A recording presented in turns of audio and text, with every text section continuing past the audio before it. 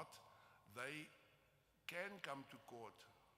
They come to our court unless they exclude our jurisdiction by agreement. If neither party is registered in the QFC, they can opt in to the jurisdiction of the court. Because we have a small jurisdiction, we can, of course, adapt. We are more adaptable, we are more versatile, we can adapt to needs more quickly than a large court with a large jurisdiction like the national courts.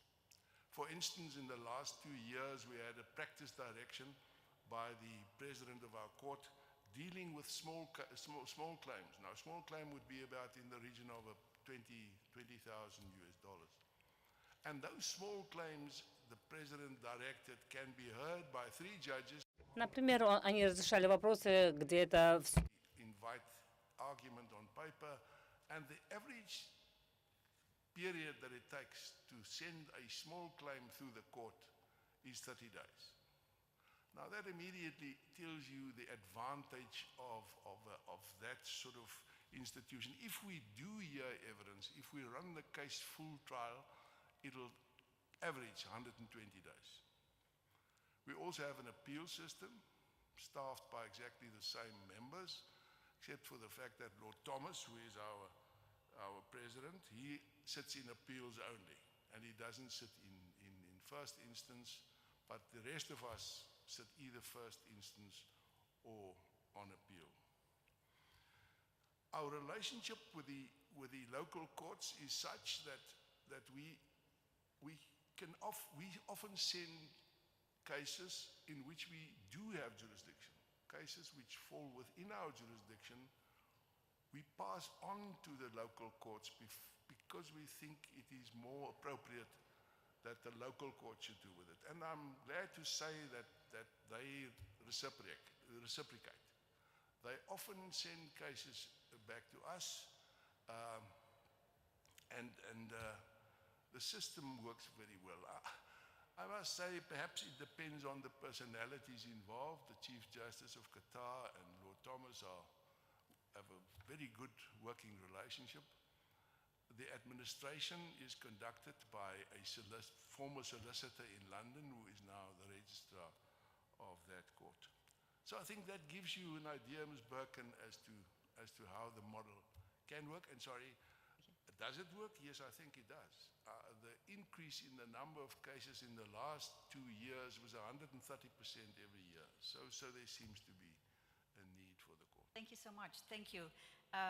It really is interesting to hear how the courts cooperate. So they're not sort of separate, islands that don't communicate and sort of learn from each other. So I think that's a good experience. I think we have now Sir Peter Gross on the line. So I don't know. Can he be on the screen, please? On Zoom? Yes. Oh, I hear you. Sir Peter, I don't see you on the screen. I don't know whether we can get you on screen, maybe not, but let's at least proceed. He's on this one. Oh, he is on the screen, so very good, thank you. And very good morning to you there in the UK. I'm sorry, we did start with Justice Brand because I think there were some technical issues, but very pleased to have you here. Just to introduce Sir Peter Gross, he has had a really stellar career since he was first appointed as a High Court judge in 2001 and was sworn to the Privy Council in 2011. He was also appointed to the Court of Appeal in 2010. And he was also the senior presiding judge for England and Wales from 2013 to 2015. During his time as a lead judge for international relations, he actually came to Uzbekistan in 2019, I think he'll mention that. And among his many senior positions and accomplishments in the judiciary, I should also mention that Sir Peter is a judge of the Dubai International Financial Court, one of the other commercial courts that serves as a model for our work on the TICC. So, Sir Peter, I'd like to ask you now, please, to say a few words, and thanks again for joining us. Welcome, ladies and gentlemen. Good morning. I hope you can hear me. I fear you can probably see me as well. and I'm sorry it's starting a bit late, but obviously there were some technical issues. Never mind about that, we're here now. Thank you for the very kind words of introduction. In October 2019, I had the privilege and pleasure of visiting the Republic of Uzbekistan, representing the judiciary of England and Wales. The warmth of the hospitality was memorable, as was the progress of the reforms underway in Uzbekistan, extending to a tentative discussion concerning the establishment of what I hope will become the Tashkent International Commercial Court, the TICC. Over the years since then, the links formed between the justice systems of the United Kingdom and Uzbekistan have been maintained, and now, with a real feeling of excitement, there is a sense of expectation that the establishment of the TICC ought not to be long delayed. Speaking at this Tashkent International Investment Forum, TIIF roundtable event, it is right to pose the question, what is the purpose of a court such as the TICC? What can it offer Uzbekistan and the international investment community? A feature of the international legal landscape over recent decades has been the emergence in various parts of the world of international commercial courts created specifically to adjudicate on and attract international commercial cases. Though, as you have no doubt heard, including from Justice Brandt a moment ago, these courts follow different models, ranging from those essentially offshore to those integrated with the host country's domestic legal system. They all have the potential to facilitate international business litigation. Their success may depend on their, and this is a quote, ability to manifest themselves as efficient, high-quality forums for dispute resolution that deliver justice according to the rule of law. The unifying aim of all such courts must be to enhance confidence in the investment climate in the state in question, doing so through a trusted dispute resolution forum providing clarity, certainty, and predictability, thus demonstrating the host state's commitment to dispute resolution in accordance with the rule of law. The aspiration of any such court must be international best practice in commercial dispute resolution. Much work on this has been done by the Standing International Forum of Commercial Courts, SIFOC, which held its fifth full meeting recently in Qatar.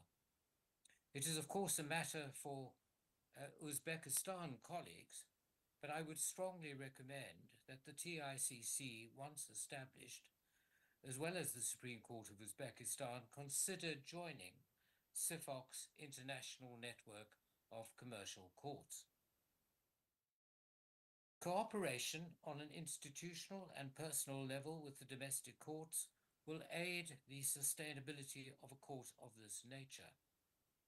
An international commercial court emphatically does not seek to dictate to the domestic courts what they should do, but hopes instead to share, to their mutual benefit, the experience of its judges in approaches which have proved successful internationally, necessarily tailored to the circumstances of the host state without compromising on the essential principles of the rule of law. Likewise, the TICC can be expected to complement international arbitration in the jurisdiction concerned, here carried out through the auspices of the Tashkent International Arbitration Center, TIAC, in accordance with a now well-established principle of the court offering maximum support but minimum interference. Additionally, international commercial courts can and should be vehicles for innovation, adopting and utilizing advances in technology.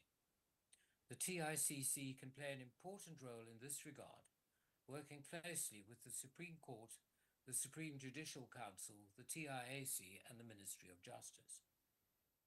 How matters develop is for our Uzbekistan colleagues to decide. Speaking as an outsider, I hope the TICC idea will now be brought to fruition. There will be a learning curve, and much will turn on how the court is established and functions in practice. It has certainly been a privilege, ladies and gentlemen, to participate in this discussion at its creation. Answering my own question, the TICC should contribute to a favorable climate for investment in Uzbekistan, providing international investors with a forum for dispute resolution in which they can and should have confidence. Thank you for the opportunity to participate remotely. I'm delighted the link eventually worked. This overview is but a brief introduction, and my very eminent colleagues present in Tashkent in person will take matters on from here. I am only sorry, Ms. Birkin and others, that prior commitments in London meant I've been unable to make the journey and join you in person. All good fortune. Thank you very much. Thank you very much. Thank you very much for those words. And again, it was really interesting to hear about the importance of cooperation and joint learning between this new court as well as the local judiciary. So very pleased now to introduce Professor Rustambekov, sitting at the other side of the table. I'm not sure he needs introduction because everyone will know him. I walked around with him and he seems to know everyone. But just Mr. Professor Rustambekov is a doctor of law and currently the acting rector of Tashkent University of Law. He's also a very experienced international arbitrator, listed in more than 10 international arbitration institutions, including the only Uzbek, he tells me he's listed as an ICSID arbitrator. He previously served as the head of department at the Ministry of Justice of Uzbekistan, and he represented Uzbekistan in arbitration, litigation, and asset recovery cases. He's also a very avid writer and author of numerous articles, textbooks, and monographs on international dispute resolution, arbitration, and mediation. Professor Rustambekov has been a big supporter of our work, and he's worked with us very closely in the last couple of years. And I've really asked the question, you're here on the ground, you will be part of this. What does the TICC mean for Uzbekistan, and how do you believe it can support development of the local judiciary? Thank you for your question and presenting me in this way. And it's my great pleasure to address today and be in this panel with such nominant and honorable speakers. And if we will speak about the TICC or such a commercial court, the presence and establishment of such court could bring internationally trusted and efficient international commercial court to the legal system of Uzbekistan, and that will undoubtedly make Uzbekistan a more attractive destination for foreign investors. By providing a level playing field and assuring investors of fair and timely dispute resolution, such court will help to create a more conducive environment for foreign investors because, in my opinion, such court could give for the foreign investors, foreign lawyers, their lawyers, in-house lawyers and advocates to get the process which they know and have the process in the language which they speak with the implementation and use of the law of a foreign law. So that could make a sense for bringing more investments because they will get the possibility of a dispute resolution in the way they know and believe.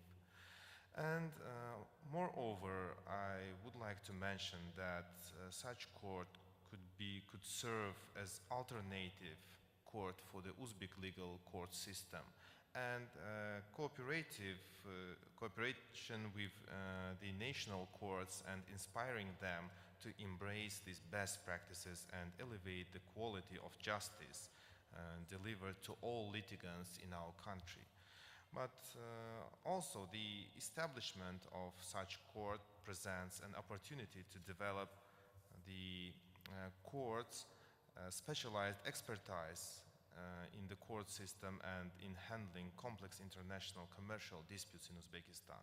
As the court begins its operations, it will contribute to building this expertise within the Uzbekistan legal community. This, in turn, will enhance the capacity of our legal professionals to navigate the interfaces of cross-border transactions and dispute, making Uzbekistan a more attractive venue for international commerce. And I think that such a practice will be very important to Uzbekistan, because also in Tashkent State University of Law we often organize the events and the courses for the professional lawyers on international dispute resolution. And Carolyn Lam is often presented in these courses. And the legal community of Uzbekistan are very interested in that. So they want to be in this international practice. And establishment of such court will give the possibility of getting this experience to the national lawyers and bringing them to international area and representing also their clients abroad, because they already could get this experience here in Uzbekistan with such court. Furthermore, the International Commercial Court will play a crucial role in fostering international cooperation and developing relationships with other international commercial courts.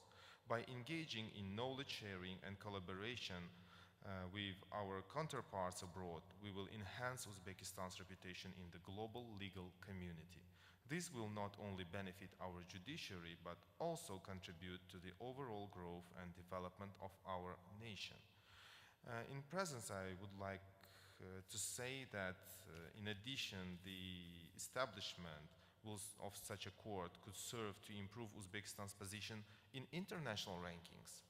This is an important thing in Uzbekistan, to show Uzbekistan in international rankings that it's developed, because also we know that the investors, they look at these rankings. And establishing of such court could bring the better rankings for Uzbekistan in such rankings like Rule of Law Index, the Ease of Doing Business Index, and the Global Competitiveness Index.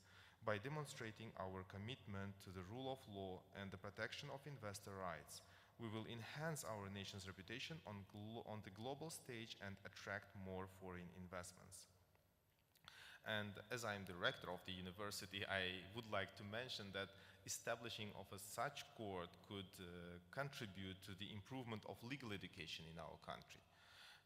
So one of the main aims of the Tashkent State University of Law, and to bring more international practice, to give for the students international experience. We are participating in Vismood, JESUP, and many mood competitions internationally and getting a good results. But establishing of such court that could bring new opportunities for the students. They can see that Uzbekistan is developing internationally, and they have the opportunity to use this experience, knowledge in Uzbekistan. And that will bring a new standards of legal education and bringing a new possibilities for the young generation of lawyers of Uzbekistan. And I think the establishment of such court in a best way will serve for the improvement of legal education, as I mentioned. And finally, I would like to mention that the International Commercial Court will help to reduce the burden on our domestic courts by handling international commercial disputes. This will allow our domestic courts to focus on other critical areas of law, ensuring that justice is delivered efficiently and effectively to all citizens. And we can see this also in practice of foreign states, like in Astana, in Dubai, and also in Qatar, that these courts have a very good cooperation with the state courts, and they are just passing to each other the cases which they think this will be better resolved in this court other than the state court. So this is the important ways, and I think this new innovative idea, new possibility of Uzbekistan, and a new way of dispute resolution, which is always good if it will be possible to have. So thank you for your attention. Thank you very much. And I really like the way in which you focus on not only the investment climate, but how this will help your students and legal practitioners in the country. Because in fact, as I'd mentioned earlier, the proposal to have all foreign lawyers who would plead in this court be accompanied, be supported with a local lawyer, is something that is not actually the practice in Qatar or in Dubai or in Astana, but is something we borrowed from other commercial courts in the Netherlands, actually. So I think that would be a fantastic opportunity for learning. So I think it's great that you had mentioned that specifically. So I'd like to move to our next speaker, and she was mentioned already. I think another speaker who is such a regular visitor here, has been coming here for many, many, many years, so needs little introduction.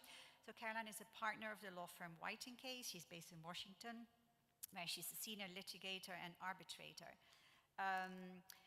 Caroline has represented Uzbekistan in many high-stakes and complex international arbitration cases, including before ICSID, and is a member of the Uzbek panel of arbitrators.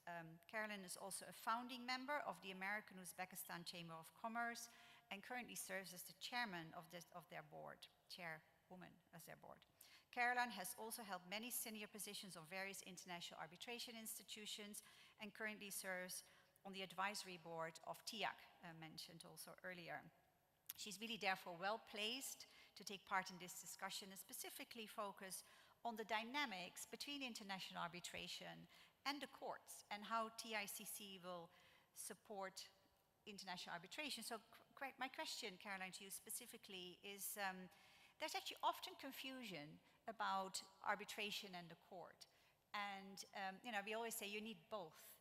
They're both important. But maybe can you tell us a little bit about the interaction and why TICC would enhance arbitration specifically where Tashkent is the seat, and what the specific tasks are that the court can assist with.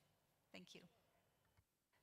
I certainly will address this from the perspective of an international lawyer advising investors as well as states. And really, I have some observations. You need, if you ultimately decide to arbitrate, you need a good court system. And dispute resolution, in my view, is an essential element of the investment decision. Parties that are putting significant assets into a country have to know if there's a problem or a challenge that they can't work out, that there is a good, reliable place to go, that there is either an arbitral system in conjunction with the courts or the courts who will decide on the basis of the rule of law, the applicable agreed laws that may not be Uzbek law, that may be US, UK, EU, any number of laws, but you need judges who can approach those laws and apply them appropriately. And I think Sir Peter used a couple of key phrases that are very good. Clarity and predictability. And even if the TICC is established, you really are going to need a track record to provide assurance and confidence to investors in deciding to choose this, because as I understand it, under the draft laws, this would be a consensual jurisdiction. And I think that is really important, that an investor would not be mandated to go to that court, but could choose when you're choosing situs. This is one of the elements that will cause the investor to make the decision that, yeah, TIAC is good for arbitration and the TICC is good for any of the issues that arise. And in arbitration, there are any number of issues that even in a good arbitration, you go to the local courts. You certainly don't want the interference from the local courts if you can avoid it, But at times you turn to the local courts to compel the other party to arbitrate, because sometimes they don't like to go, even though they've agreed in advance. They think maybe they'll get a better deal in the courts. So you need a court that will follow the agreements and apply the applicable rules and the law. During the pendency of an arbitration, there are often orders for interim relief, and you then need to go to the court to get the enforcement of that interim relief if the recalcitrant party is not adhering to an interim order. So this court would be able to provide that kind of enforcement in a very balanced way if you have judges from a variety of jurisdictions, some with common law experience. If you've got common law applicable under the instruments, it would be very reassuring to an investor to see that. And if, in fact, some of the lawyers that represent them, working together with the Uzbek lawyers, could represent them, and if they're in a language that they all understand. And at the end of the arbitration is always the biggest context. That is the post-award, either set aside or potentially enforcement. Both of those are exceedingly important aspects of an arbitral proceeding and an award. I can't say that arbitrators always decide things perfectly, and there have to be a decent relief valve that investors or the government or whoever are the other parties can look to if there is something that would give rise to set aside. That is an assurance, just as arbitration itself is an assurance that it would provide this kind of a relief valve. The one thing that is, I think, an open issue is enforcement extraterritorially of the decisions or the judgments of the TICC. Certainly in Russia and Central Asia, where there are some treaties in place, and if that's where all the assets are, the investor could make the choice that this is a good place to go, but you've got to be assured that that piece of paper ultimately is going to compel payment if that's what you're seeking. So I would say in the beginning, it would be an option, and it should be one of the options on the investor's menu to consider, to go to the TICC if the counterparty that you ultimately would be enforcing against is in Uzbekistan, is in Central Asia, is in Russia, because that's where all of the assets and the enforcement would have to be sought. But if it is truly multilateral, that's an issue that you must consider as an investor making the decision that you're going to specify the TICC and you're going to specify arbitration here.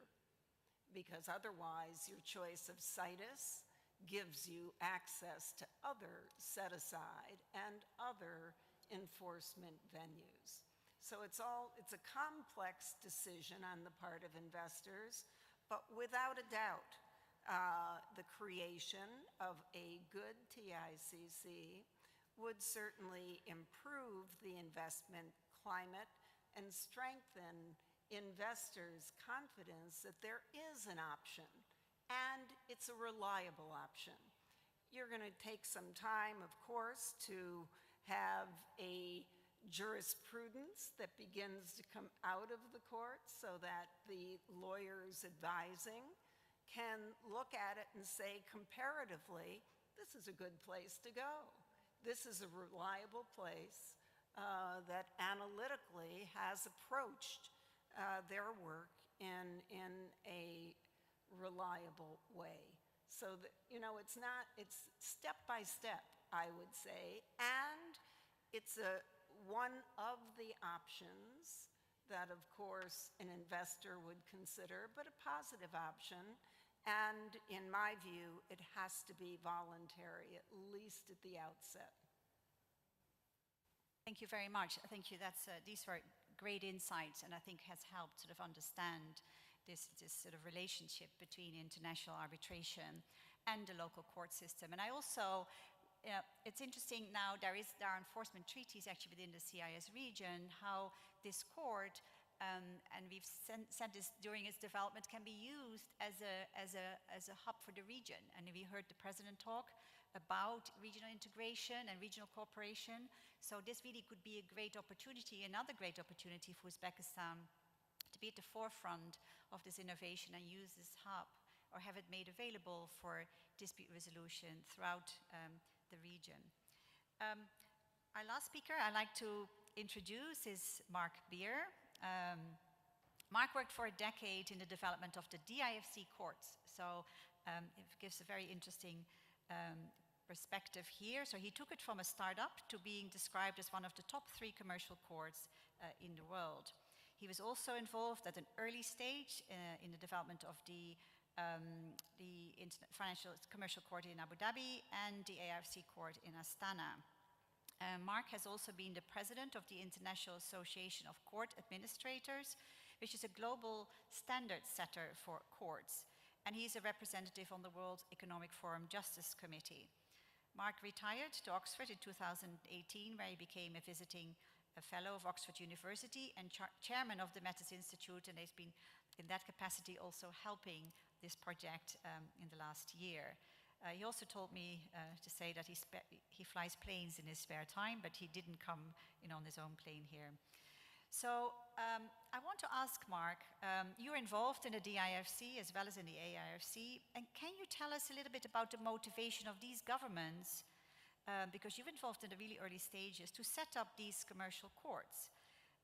And also based on your experience, especially in Dubai, is there any evidence that the court actually attracted investment and promoted economic development, is what we are saying. So can you tell us about your experience? Thank you.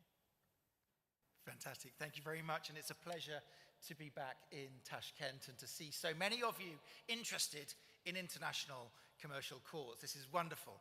And may I applaud all the previous speakers for all that they've said. I'm left in the difficult position now of trying to add something on top. Marianne, you spoke about Kazakhstan and you spoke about the United Arab Emirates, but actually next year, international commercial courts celebrate 130 years.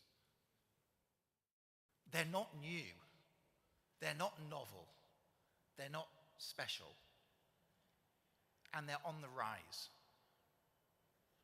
London, New York, Hong Kong, Dubai, Qatar, Abu Dhabi, Astana, 2 in China, 3 in Germany, France, Italy, Netherlands, and Brussels, just to name a few. Tashkent is on a journey that many countries have been on. Why?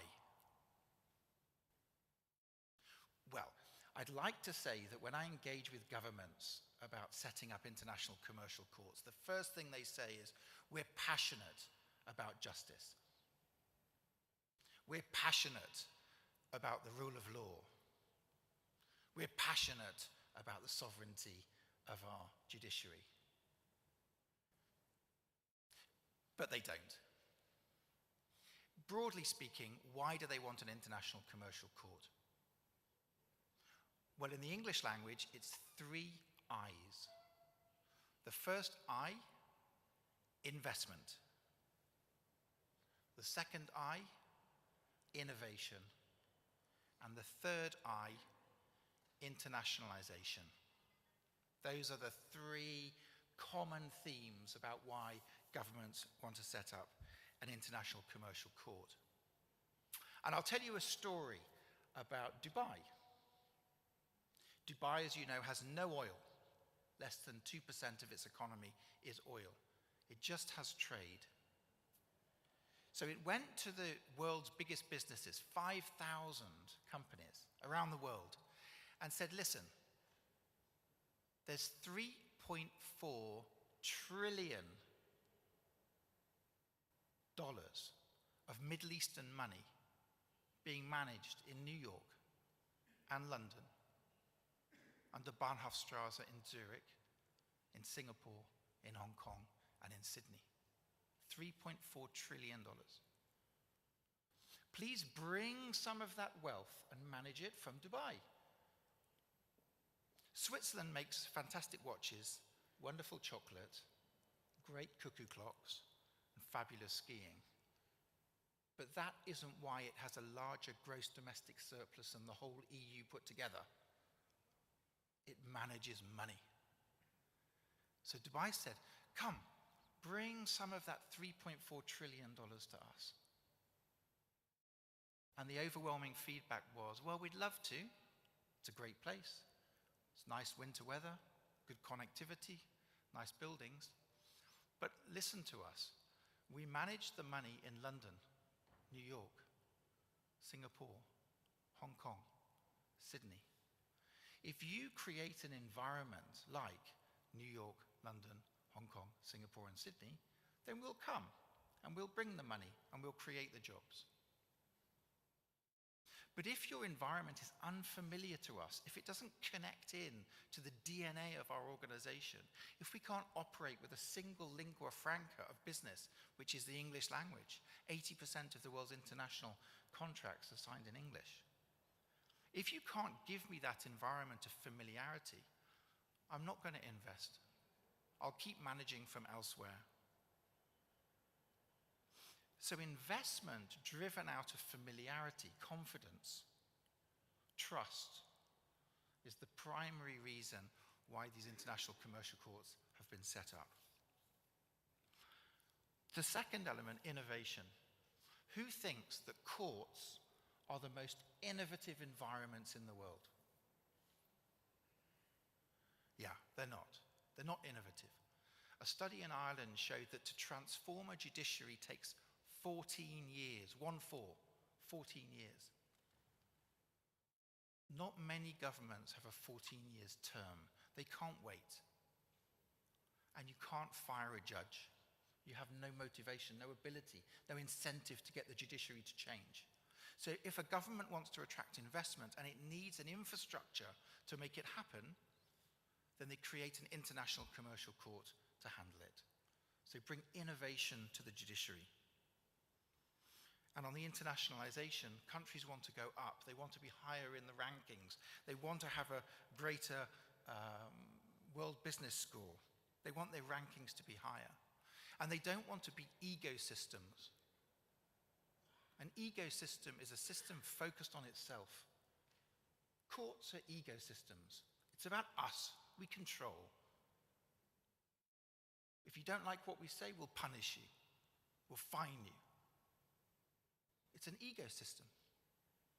And governments want to create ecosystems. So the creation of international commercial courts creates a judicial ecosystem around the world, and we heard from Sir Peter about CIFIC. A global ecosystem of commercial justice. So investment, innovation, internationalization. What are the results? Does it work? Does it make money? Well, yes. Let's start broadly. A good commercial court system adds 50 basis points, 0.5% of GDP a year. In the Uzbek context, the TICC could add $400 million of value to the economy every year.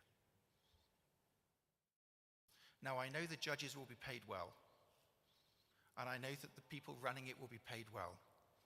But however well they're paid, it will not cost $400 million to run that court. It is a net contributor to the Uzbek economy. And it also reduces the cost of credit by about 200 basis points. Uzbek citizens can buy the property they want to for their family.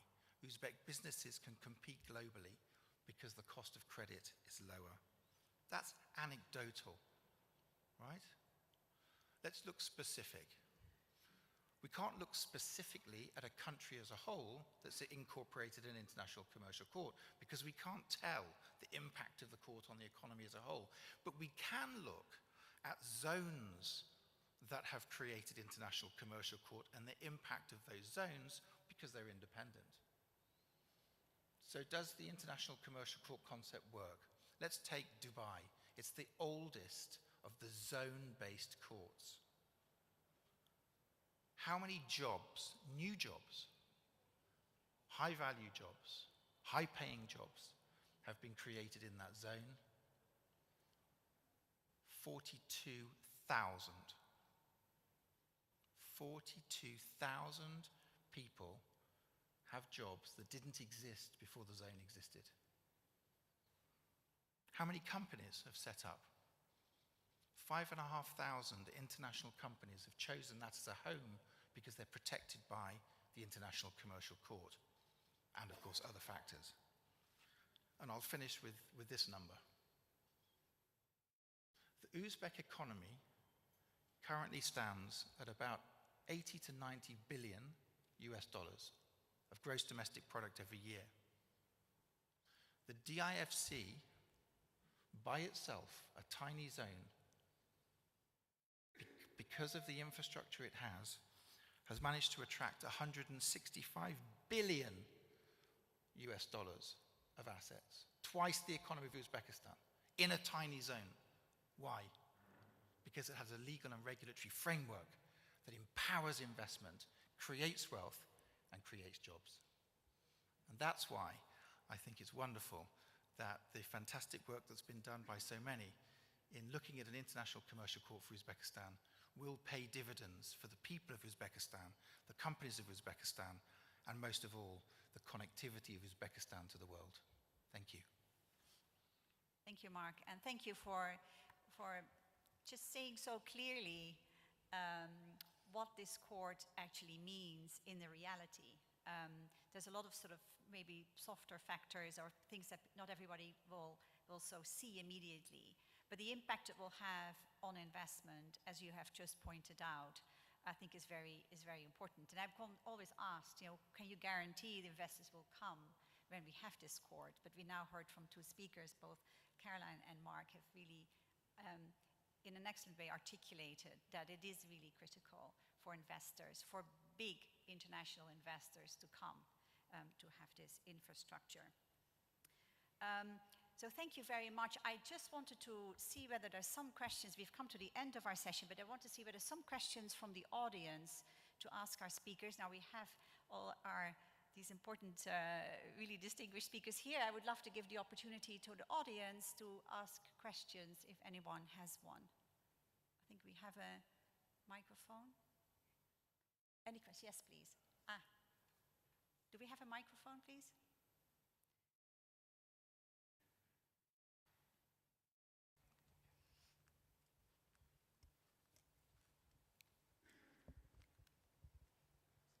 This is the EU ambassador asking the question. Thank you so much. Thank you very much, and thank you very much for this opportunity to listen to these very interesting speeches. My name is Charlotte Adrian. I'm the EU ambassador here. I just had a question because we just heard now that, the TICC is going ahead. It's going to be in the Technopark. The president mentioned it this morning in his speech. And but in fact, it was mentioned also by, I didn't get your name, but it was mentioned that in other circumstances, it's rather in an international or it's in a financial center. Is there, what kind of differences will this make if you have a TICC which is not in this, let's say, which is in a technopark? It's just a question for me to understand better what this means in concrete terms. Thank you. Thank you very much for this question. And it's interesting, indeed, I think there are different models of international commercial courts. I think Mark mentioned it briefly. There were international courts that were set up as part of the court system a long time ago. Then there was this new practice of taking international practice, often common law practice, usually English law practice, and plant it in a financial center as sort of a very quick way to, to serve the need of investment at the time and create this framework for investors to come, invest, and have this protection. And then there's sort of a new, just more recent development of having international courts that are part of the court of the local system, but yet are different. If you're looking at the Netherlands, for example, it has an international commercial court within its local system that is English speaking, whereas all the other courts, they speak Dutch, and they have adopted their own procedures that are modeled around English law. Singapore is an example where you have international judges on the panel of this court, not Singapore judges. They come from all over. Again, they have their own procedures. So there are different models. I think initially the model we looked at is to have it as part of the court system. There wasn't going to be part of any particular economic zone. I think the proposal now is to make it part of an economic zone. Either model would work if it's done properly. I think actually Sir Peter mentioned this. It's all about the implementation. If this court is set up within a center, within a financial center or a digital technology center, it could still have the same function that the court has if it's not set up within a center. In fact, the courts of the DIFC and the court in Qatar, in addition to serving the center, performs exactly the same functions as the TICC was initially setting out to perform as part of the local court system, meaning that parties that have nothing to do with the center can still opt to submit their disputes to this court. So in fact, having it within the center is going to give it much broader jurisdiction. It will deal with all the matters in the center, but it also can deal with matters outside the center. It is critical for this to work that the center is set up in accordance with international practice, international standards, and that the court within the center is set up on the basis of international standards. But on that basis, it could still have the same function. So it's not all about the concept, it's all about the implementation and really following a model. And I think it's an important point that Carolyn made. The reason that, that also international commercial courts have sort of worked, or what investors expect, is to have something they know. International litigation predominantly takes place in New York and London, traditionally has taken place in New York, London, and has developed from there. So there is a certain way that litigators, certain expectation that litigators have about what rights should be there and how they litigate a case. And so, so if it's not familiar, if it's not in the language that's generally spoken in international commerce, and it's not familiar, it doesn't meet the standard. If I might, I have one comment, I think, on that. I think it is an excellent point to consider if you could include it in the Technopart Financial Center, because you've got a lot of innovative investment flowing there, and they may be the investors more inclined to embrace it than the big multilaterals before there's a track record. And it permits, the fashioning of the laws that you need in that area without the entire countries changing their laws. So I think there are a number of aspects to consider that may well recommend that approach, and then they establish a track record for excellence that will be able to be transformed to a different location, if you want. I hope answers the questions. Yeah, thank you so much. Thank you. Any further questions? Oh, we have a question in the back. Just get the microphone. Assalamu alaikum. Good afternoon. Ali Sheikh of USVC National, the Venture Fund. Thank you so much for the really interesting presentation of ideas, and you actually, all of you are trying just to show the positive sides of the court, and that's no doubt about that. But I think this will be much more practical if you just look to the challenges that Uzbekistan and the government and the business will face with. For instance, and of course, I think that we're missing here the local content, and that's the why when we're talking about the IT park, I think there's the very good possibility to build the model of the court, international court, based on that, because the sandbox is designed, a decision of the president is giving this opportunity just to do it. But again, we have to realize the challenges. First, of course, the issue about the so-called availability of the local lawyers who is familiar with the common law. Introduction of the common law always is also the issue of the contradiction between the continental and the common law. That's how it will work, and what is in Qatar, for instance, also, or in Astana, and the same is some other countries that's who know the common law as the general one, but they have the continental ones. And the question is, why in Europe there are only few countries who has actually the International Arbitration Court? And at the same time, we have to realize, again, the challenge from the point of view of sustainability of the court. Because if you look to the Qatar, or if you look to the Astana, and even in Dubai, there are not so many cases in reality. Just to keep the sustainability, of course, we have to think about not only the subsidy from the governments, but also about self-sufficiency from the court itself. Thank you so much. Thank you very much. I think, sort of an answer to that, I don't think there was a particular question, but I think it's all about really the proper implementation of this idea to have a park. I think it has to have a proper framework. You mentioned common law. Often in these economic zones, the legal framework is sort of based on common law. There's a lot of learning from the local lawyers, obviously, to embrace that and to be able to support. But that's why I think we try to set up something that, it's based on international practice that can be a learning or give learning opportunities to local lawyers to be part of, and international litigators will sort of take the lead in the litigation, but will be supported. But it's all in the implementation in the end of the day. I think the opportunities are certainly there.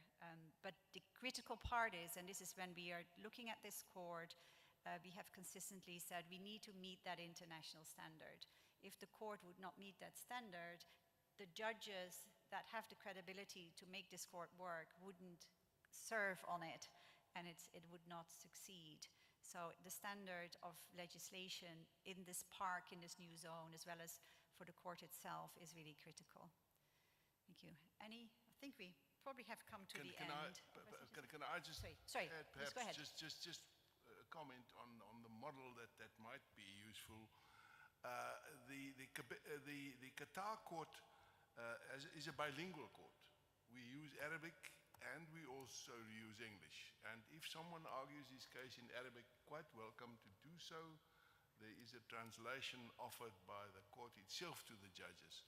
And some of our judges can, of course, speak Arabic. So that gives an advantage to local lawyers to argue before that court. As to the system, I'm coming from a continental system, so we have systems, common law and continental systems. So it depends to a certain extent on where you appoint your judges from. You can have a mixed system represented in an international court. Thank you. Thank you very much. So I think this will bring this session to an end. Thank you very much to our speakers. I think we lost Professor Rusambekov. I don't know where he went, but thank you very much for being part of this, and thank you very much to our audience for attending this session. Great to see the interest, and I say please watch this space, and wish you all the best of luck and a great conference. Thank you very much.